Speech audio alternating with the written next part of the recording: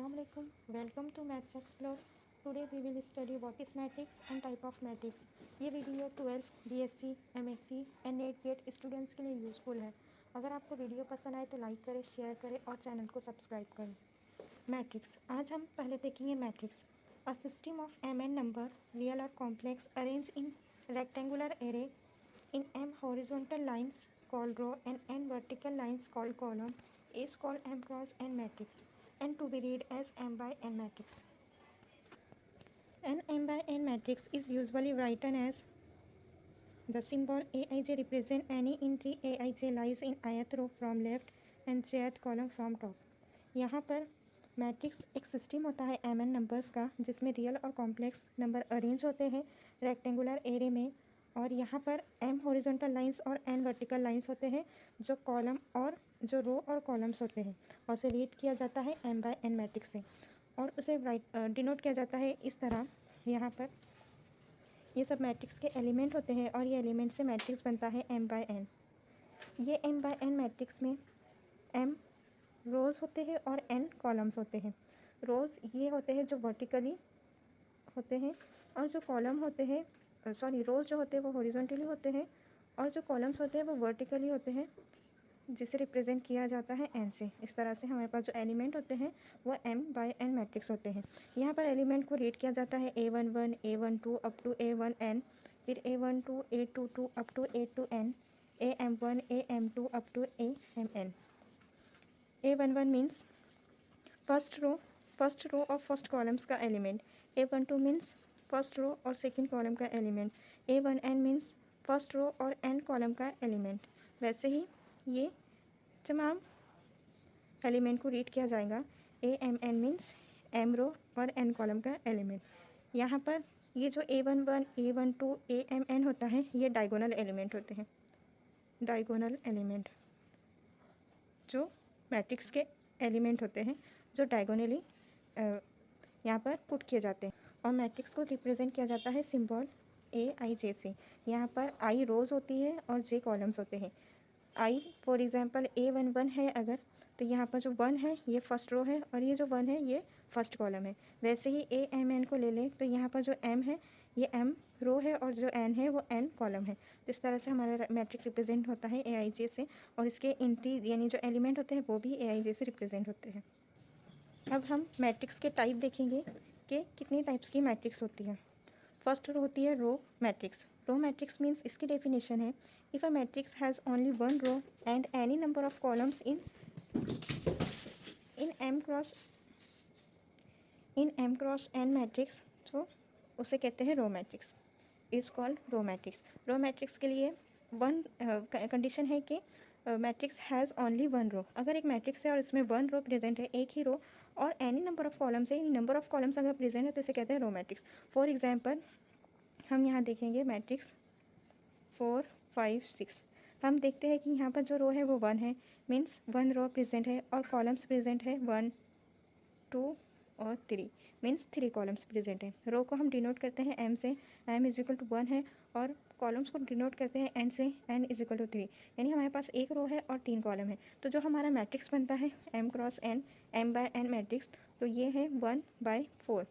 तो हमारा जो मैट्रिक्स है 1/3, तो हमारा जो मैट्रिक्स है 1/3 ऑर्डर का बना है। और ऑर्डर मीन्स कि matrix m by n matrix means ये मैट्रिक्स का ऑर्डर होता है, और यहाँ पर जो हमें गिवन मैट्रिक्स है उसका ऑर्डर है 1/3 मीन्स 1 रो और 3 कॉलम। इसे कहते हैं रो मैट्रिक्स क्योंकि यहाँ पर 1 रो है। इसी तरह कॉलम मैट्रिक्स की भी डेफिनेशन इसी तरह होती है if a matrix has only 1 column and any number of rose is called column matrix. अगर आपके पास कॉलम है, आपके पास मैट्रिक्स है जिसमें एक ही कॉलम है और नंबर ऑफ रोज प्रेजेंट है, तो इसे कहते हैं कॉलम मैट्रिक्स।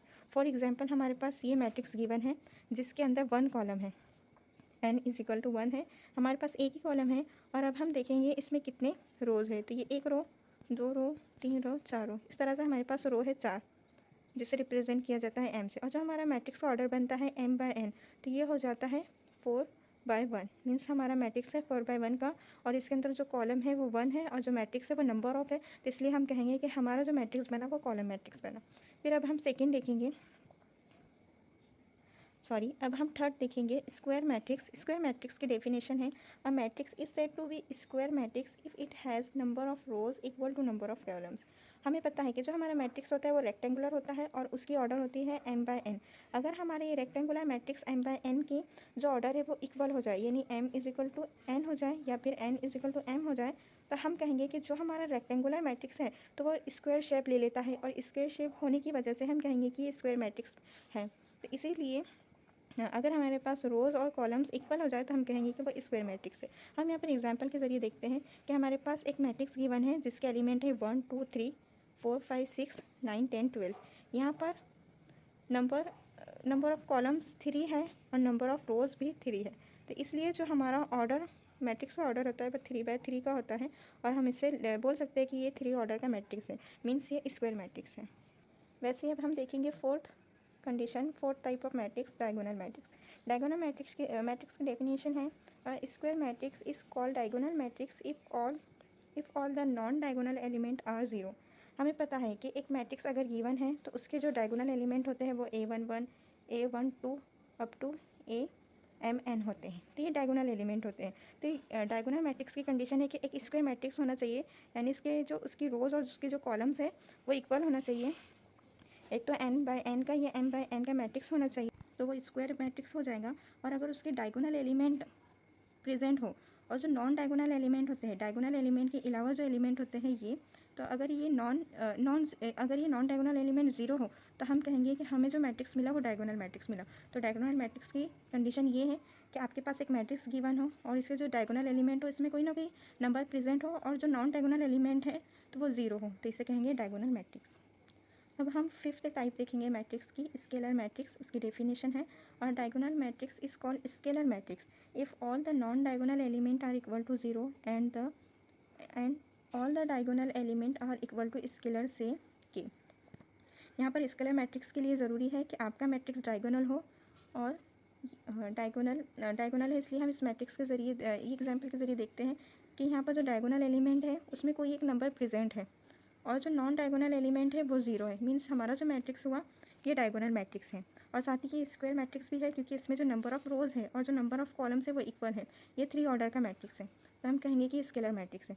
अब यहाँ देखना यह है कि जो एक स्केलर होता है के, जो डायगोनल एलिमेंट में कॉमन होता है, जो एक ही स्केलर के इक्वल होता है, तो हम ऐसे कंडीशन पर जो मैट्रिक्स होता है वो स्केलर मैट्रिक्स होता है। अब यहाँ हम देखेंगे कि डायगोनल एलिमेंट है वो इक्वल है एक स्केलर के, यानी कि यहाँ पर जो डायगोनल एलिमेंट है 5 और 5, तो ये पाँचों भी इक्वल है 5 के, एक ही स्केलर के इक्वल है 5 इज इक्वल टू के, यानी यहाँ पर जो के स्केलर है वो 5 है और इसी के इक्वल A11 A22 और A33 इक्वल है। तो हम कहेंगे कि स्केलर मैट्रिक्स ये डायगोनल मैट्रिक्स स्केलर है, यानी मीन्स यहाँ पर एक ही स्केलर नंबर कॉमन है।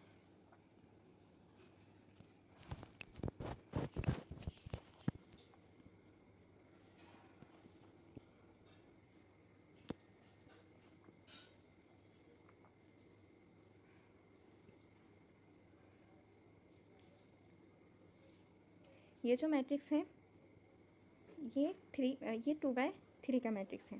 तो इस तरह से ये हमारा ज़ीरो मैट्रिक्स है क्योंकि इसके पूरे एलिमेंट ज़ीरो के। अब हम देखेंगे transpose of matrix. If we interchange the row and corresponding columns in a given matrix A, the new matrix obtained is called transpose of A and denoted by a raised to t, a dash और a raised to small t। यहाँ पर transpose of matrix के लिए हमें ये condition है कि हम रोज़ को और कॉलम्स को इंटरचेंज कर दें, तो जो हमें नया मैट्रिक्स मिलता है तो वो होता है ट्रांसपोज ऑफ मैट्रिक्स ऑफ ए। यानी हमारे पास अगर एक मैट्रिक्स गिवन है और इसकी रो और कॉलम को चेंज कर दें तो जो हमें मैट्रिक्स मिलेगा वो होता है ट्रांसपोज होता है गिवन मैट्रिक्स का, और इसे रिप्रेजेंट किया जाता है इस तरह। हम एग्जाम्पल से देखते हैं कि हमारे पास एक मैट्रिक्स है ए जिसके अंदर एलिमेंट है 3 4 5 2 1 6 7 8 0। ये 3/3 का मैट्रिक्स है, स्क्वायर मैट्रिक्स है क्योंकि इसमें number of row number of columns same है, इक्वल है 3 के। अब हम देखेंगे जब इसके रोज़ को कॉलम में इंटरचेंज करते हैं तो हमें कौन सा मैट्रिक्स मिलता है। जब हम इसकी फ़र्स्ट रो कंसिडर करते हैं और इस फर्स्ट रो को हम फर्स्ट कॉलम में इंटरचेंज करते हैं, सेकेंड रो को सेकेंड कॉलम में इंटरचेंज करते हैं, थर्ड रो को थर्ड कॉलम में इंटरचेंज करते हैं, तो ये होता है ट्रांसपोज ऑफ मैट्रिक्स ए। तो यहाँ पर देखिए 3 4 5 का हमने कॉलम में कन्वर्ट किया 3 4 5। फिर हम देखेंगे 2 1 6 को कॉलम में कन्वर्ट किया 2 1 6। फिर हम देखेंगे 7 8 0 को कॉलम में कन्वर्ट किया 7 8 0, और हमें सेम ऑर्डर का एक मैट्रिक्स मिला जो कि ट्रांसपोज होता है गिवन मैट्रिक्स का। फिर अब हम देखेंगे सिमेट्रिक मैट्रिक्स। सिमेट्रिक मैट्रिक्स किसे कहते हैं? हाँ, square matrix A is said to be symmetric matrix if A dash is equal to A, if for all value of I and j, A ji is equal to A ji। Means एक आपके पास square matrix है जिसका order same है, means number of row is equal to number of columns. तो ऐसे square matrix को आप सिमेट्रिक मैट्रिक्स बोलेंगे जब इसका ट्रांसपोज इसके मेन गिवन मैट्रिक्स के इक्वल आ जाए, तो इसे कहेंगे सिमेट्रिक मैट्रिक्स। हम एग्जांपल से देखते हैं कि आपके पास एक मैट्रिक्स है 3 by 3 का, जिसके अंदर एलिमेंट है A H G H B F G F E, और जब हम इसका ट्रांसपोज निकालते हैं तो हमें एक ऐसा मैट्रिक्स मिलता है जो एक इक्वल आता है। हम देखेंगे इसका हम ट्रांसपोज निकालते हैं A डैश, इसे रिप्रेजेंट करेंगे A डैश या फिर A रेस टू T और A raise to capital T, इस तरह से हम इसे रिप्रेजेंट करेंगे। तो जब हम इसका ट्रांसपोज निकालेंगे तो हमें पता है ट्रांसपोज निकालने के लिए हम देखेंगे जो हमारी रो होती है उसे कॉलम में चेंज करते हैं A H G, जो हमारी सेकेंड रो होती है उसे सेकेंड कॉलम में चेंज करेंगे B, जो हमारी सेकेंड रो है तो उसे हम सेकेंड कॉलम में कन्वर्ट करेंगे, सेकेंड रो का एलिमेंट है H H B F। तो यहाँ पर हम एक मैट्रिक्स लेंगे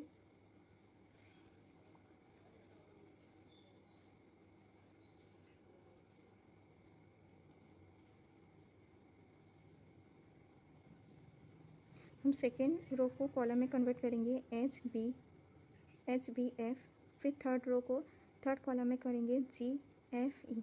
तो हम यहाँ देखेंगे कि जो हमारा मैट्रिक्स है A डैश वो A के इक्वल आ जाता है, क्योंकि यहाँ पर फर्स्ट रो का एलिमेंट है A H G, यहाँ पर भी फर्स्ट रो का एलिमेंट A H G है, सेकेंड रो का एलिमेंट है H B F, यहाँ पर भी वही एलिमेंट है, थर्ड रो का एलिमेंट भी यहाँ पर सेम है। तो हम कहेंगे कि A dash is equal to A।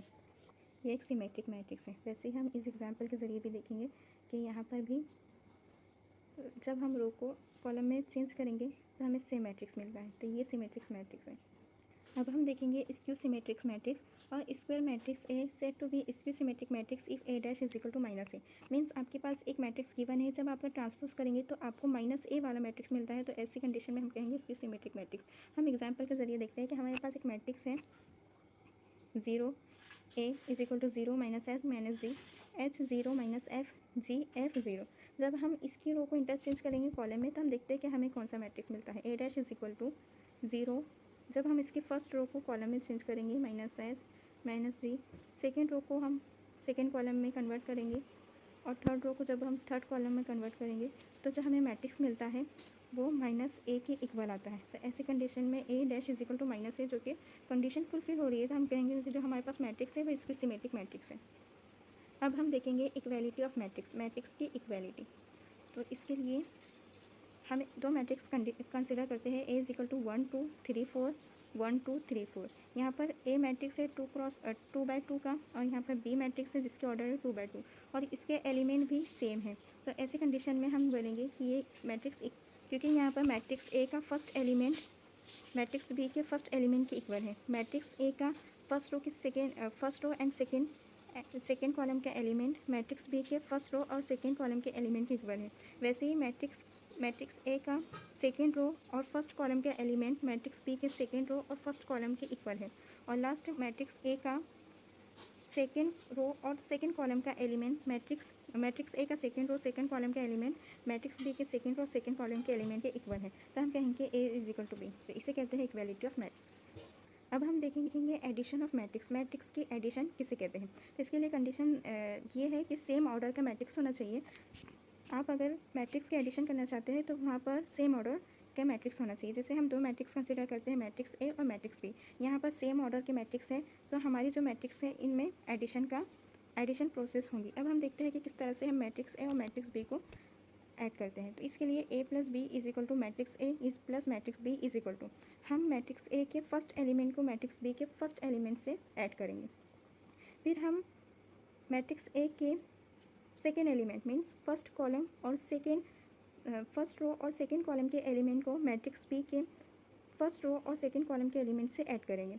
वैसे ही हम मैट्रिक्स ए के सेकेंड रो और फर्स्ट कॉलम के एलिमेंट से मैट्रिक्स बी के सेकेंड रो और फर्स्ट कॉलम के एलिमेंट को ऐड करेंगे। फिर हम लास्ट में मैट्रिक्स ए के सेकेंड कॉलम के एलिमेंट को मैट्रिक्स बी के सेकेंड रो और सेकेंड कॉलम के एलिमेंट से ऐड करेंगे और इसके बाद जो हमें एडिशन मिलेगा, तो ये जो ऐड करने के बाद जो हमें मैट्रिक्स मिलता है तो ये होता है A+B का मैट्रिक्स। तो इस तरह से मैट्रिक्स की एडिशन होती है कि आप उसके A11 से सेकेंड मैट्रिक्स के A11 को ऐड करें। इसी तरह से हमें हर एलिमेंट को ऐड करना है सेकेंड मैट्रिक्स के एलिमेंट से।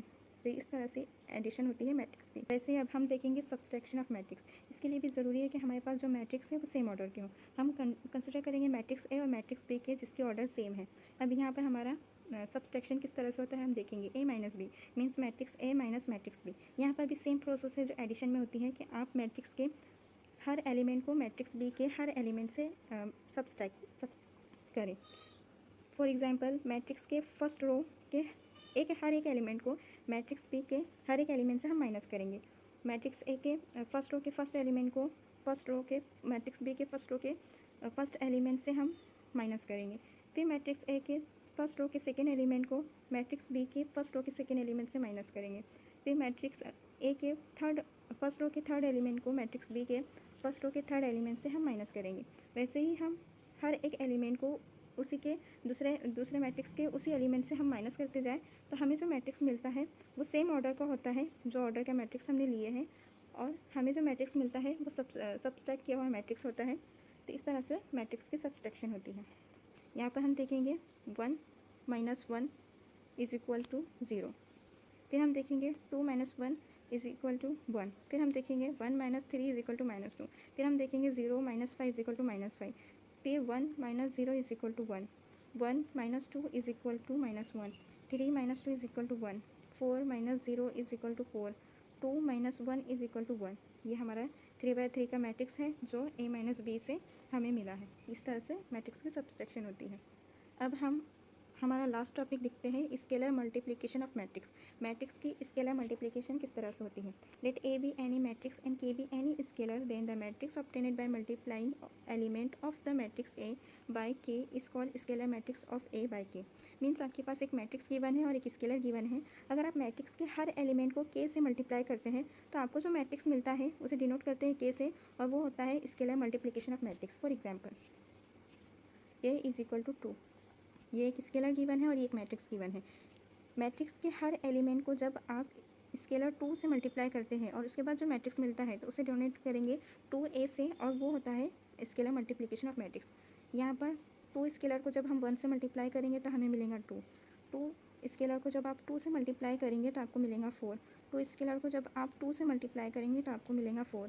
2 स्केलर को जब आप -3 से मल्टीप्लाई करेंगे तो आपको मिलेगा -6। और जिस ऑर्डर का आपका मैट्रिक्स था उसी ऑर्डर का आपको मैट्रिक्स मिलता है, और ये होता है scalar multiplication of matrix. I hope आपको पूरी डेफिनेशन समझ में आई हो और मैट्रिक्स किसे कहते हैं और उसकी जो टाइप्स हैं वो आपको समझ में आई हो। हम आगे कंटिन्यू करेंगे नेक्स्ट वीडियो में। Have a nice day.